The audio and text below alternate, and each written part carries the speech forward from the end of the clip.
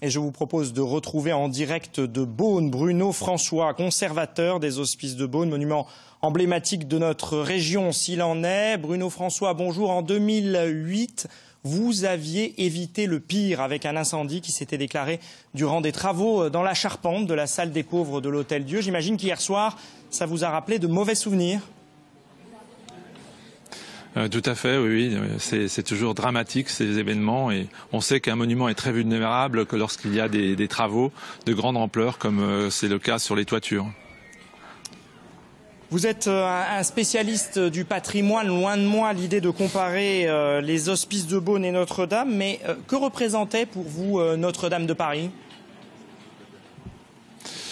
C'est un emblème national, c'est un trésor national et c'est vrai que c'est un édifice remarquable de France qui est très visité comme nous à notre échelle les Hospices de Beaune le sont aussi et c'est toujours dramatique de voir qu'un chantier de restauration puisse avoir des conséquences de cette nature. Enfin, l'enquête le dira bien sûr. Est-ce que vous pensez qu'on prend suffisamment, on en parlait il y a un instant avec l'archevêque de Dijon, est-ce qu'on prend suffisamment de mesures de sécurité dans ce cadre et finalement, est-ce que c'est possible dans de tels édifices ?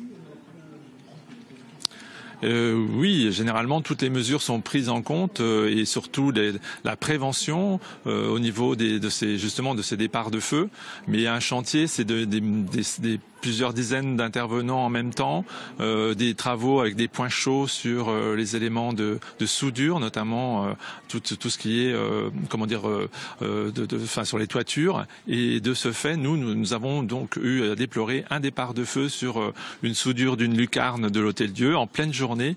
Et fort heureusement, des habitants de Beaune, enfin une personne de Beaune a vu depuis la montagne de Beaune cet incendie se déclarer et a pu nous le signaler parce que c'était côté rue et donc lorsqu'on était dans la cour on ne le voyait pas et très vite donc les secours ont pu intervenir et maîtriser l'incendie qui sinon aurait eu les mêmes conséquences qu'à Notre-Dame de Paris si nous n'étions pas intervenus très rapidement.